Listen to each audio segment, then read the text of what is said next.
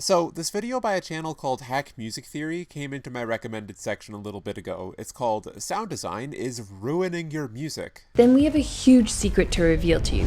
Forget about sound design. It's probably the worst distraction in the music making process.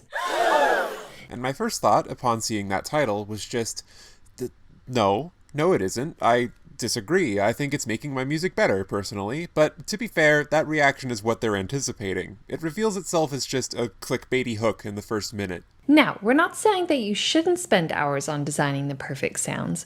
We're saying that you should not be spending your time trying to design the right bass sound when you haven't even written the bass line yet. The actual defensible point that they're hiding behind the more obviously outrageous title is that sound design is, in the first stages of production at least, a distraction at best. Making a bass sound before you've written the bass line is putting the cart before the horse. The video posits that in order to even know what you're aiming for, you should write everything down first using rudimentary presets, and only then do you move on to sound design. So again, I return to my previous point.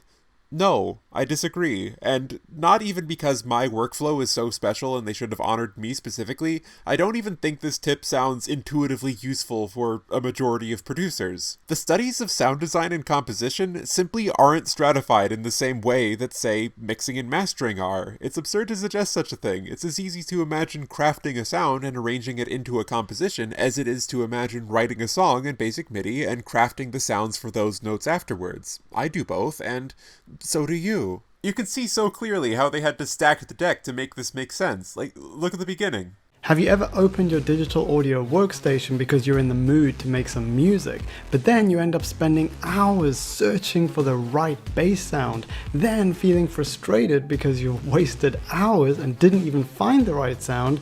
You close your door and open Instagram instead.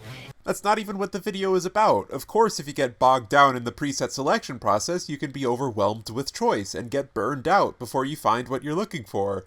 That's why you learn sound design, so you can have an idea for what character and shape you want the sound to take up in the mix and aim for that from the start, instead of going at it with trial and error. Intentfully applied sound design is a better solution than just forgetting about the whole process and leaving it for future you. This kind of unnecessary compartmentalization is harmful for the artistic process in the long run, if you ask me. Like, in my opinion, you shouldn't just be cognizant of sound design from the beginning of the process, you should be cognizant of the mix before you've even written the first note. All of these things inform each other. Composition is sound design, is mixing.